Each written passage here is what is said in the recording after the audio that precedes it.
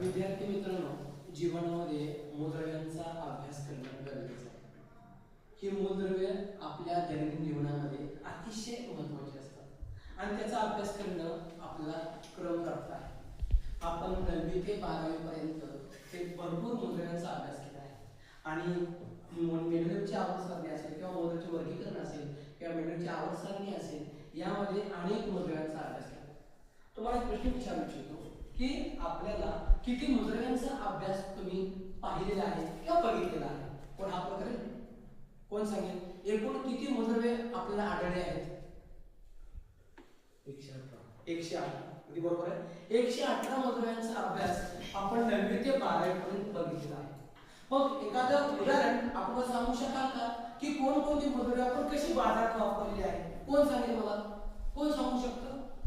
Yes, gold, सोनं, दागिन्यांसाठी त्याचा वापर करतात. ॲल्युमिनियम, विमान वगैरे बनवण्यासाठी वापर करतात. Yes, very good, thank you. मग ही जी मूलद्रव्ये आहेत, तुम्हाला आता 9वी पासून 12वी पर्यंत त्यांचा अभ्यास करताना काही मूलद्रव्ये आपल्याला लक्षात राहणं गरजेचं आहे. मग या आवर्त सारणीमध्ये एकूण 4 ग्रुप आहेत, म्हणजे 4 ब्लॉक आहेत. एस ब्लॉक आहे, पी ब्लॉक आहे, डी ब्लॉक आहे, एफ ब्लॉक आहे.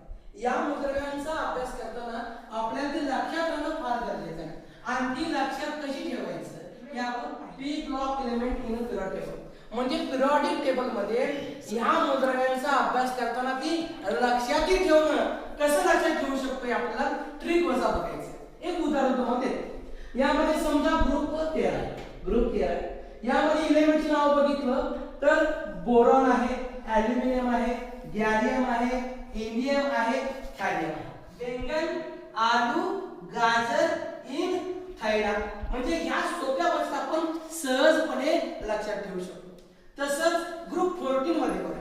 ग्रुप 14 मध्ये कोणकोणते एलिमेंटचा समावेश आहे? कार्बन आहे, सिलिकॉन आहे, जर्मेनियम आहे, टीन आहे, लीड आहे.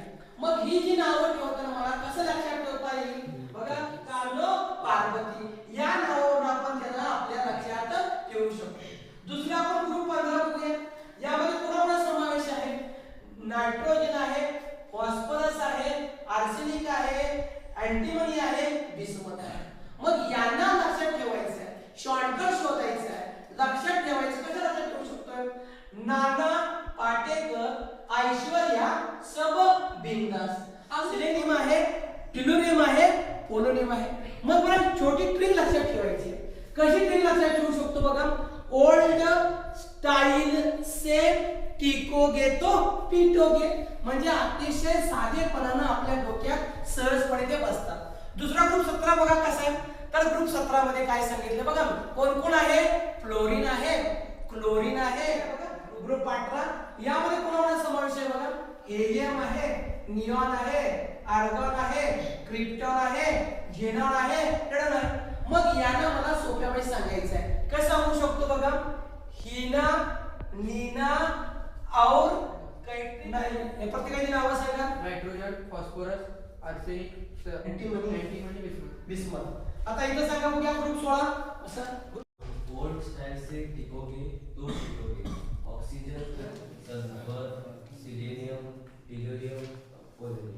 हेलियम आहे, निऑन आहे, आर्गॉन आहे, क्रिप्टॉन आहे, झेनॉन आहे. घेऊन त्या पुन्हा एकदा पाठ करून आपण आपल्या संग्रह करून ठेवावा, कारण हे आपल्याला भविष्यामध्ये आपल्याला आपल्या दैनंदिन जीवनामध्ये वापरले जाणारे एलिमेंट आहेत आणि पाठ करण्यासाठी आपल्याला उपयुक्त आहे. याचा फायदा आपल्याला पुढे शिक्षणाने होणार आहे. त्यामुळे विनंती आहे की हे सगळे जे आहे आपल्यावर ठेवून ठेवा. एजी trick to remember P block element in period table. पुढच्या वेळेला आपण